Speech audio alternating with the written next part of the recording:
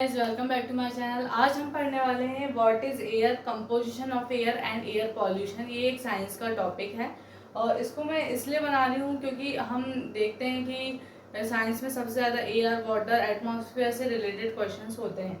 तो what is air? As we know that our earth is surrounded by an envelope of gases which is known as the atmosphere. जो हमारे आसपास का area जो भी surrounded है वो सब बहुत सारी गैसों से भरा पड़ा है, जिसको हम क्या बोलते हैं? एटमॉस्फेयर बोलते हैं। And the combination of various gases present in our atmosphere is known as air. और हमारे एटमॉस्फेयर में बहुत सारी गैसेस जब कंबाइन हो जाती हैं तो वो क्या मिलके बनाती हैं? एयर बनाती हैं। अब हम नेक्स्ट टॉपिक देखेंगे कि कंपोजिशन ऑफ एयर, मतलब कि एयर किन किन गैसों से मिलके बनती है, कौन सी गैस कितनी होती है एटमॉस्फेयर में जब जाके एयर बनती है। What is composition of air? About 78% of air mixture is nitrogen and about 21% is oxygen। तो जो हमारा पूरा एटमॉस्फेयर रहता है उसमें बहुत सारी गैसेस मिलके एयर बनती हैं। तो सबसे ज़्यादा परसेंटेज में होती है नाइट्रोजन। एयर मिक्सचर में सबसे ज़्यादा परसेंटेज होता है नाइट्रोजन का 78%। एंड देन होता है 21% जो कि ऑक्सीजन एटमॉस्फेयर में पाई जाती है। और बाकी का जो बचा 1%, 78 plus 21 is equal to 99%। And the last is the जो 1% जो रिमेनिंग पार्ट बचा है उसमें carbon dioxide, argon, methane, ozone और other water vapour are also present in very small quantities. तो 1% में ये सारी गैसेस कार्बन डाइऑक्साइड हो गई, आर्गन, मीथेन, ओजोन और वाटर वेपर मतलब कि जो पानी की भाप होती है वो, इन सबसे मिलके क्या बनती है? एयर बनती है। कुछ स्मॉल क्वांटिटीज में ये सारी गैसेस पाई जाती हैं और सबसे ज़्यादा नाइट्रोजन का वेटेज होता है 78% और ऑक्सीजन का होता है 21%।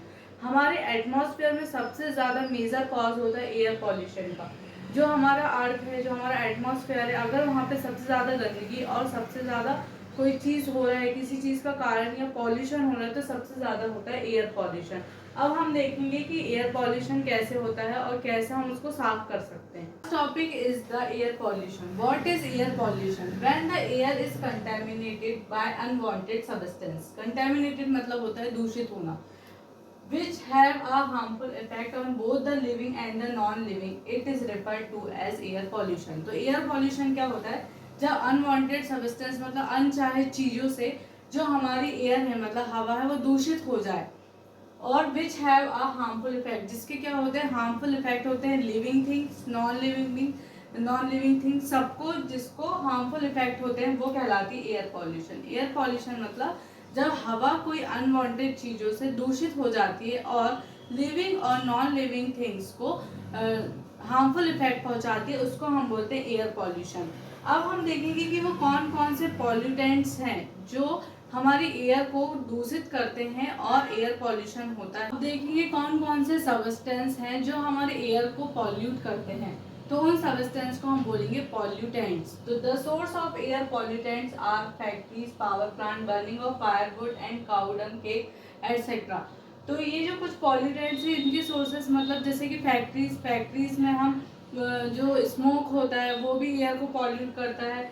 कुछ पावर प्लांट्स में भी ऐसे जब वर्क चलता रहता है तो कोई स्मोकिंग होती है, या फिर हम बोलेंगे कि पूरा जो धुआं जाता है उस वजह से भी एयर को पॉल्यूशन होता है। और लास्ट है burning of firewood and cow dung cakes, जो उपले होते हैं, गाय के कंडे होते हैं, और फायरवुड मतलब लकड़ियाँ जलाते हैं जिससे जो भी धुआं होता है और हमारे एयर को पॉल्यूट करता है। तो ये सारे सब्सटेंस हैं, ये सारे एयर पॉल्यूटेंट्स हैं जिन वजह से हमारे जो एयर है वो पॉल्यूट होती है और हमको हार्मफुल इफेक्ट होता है।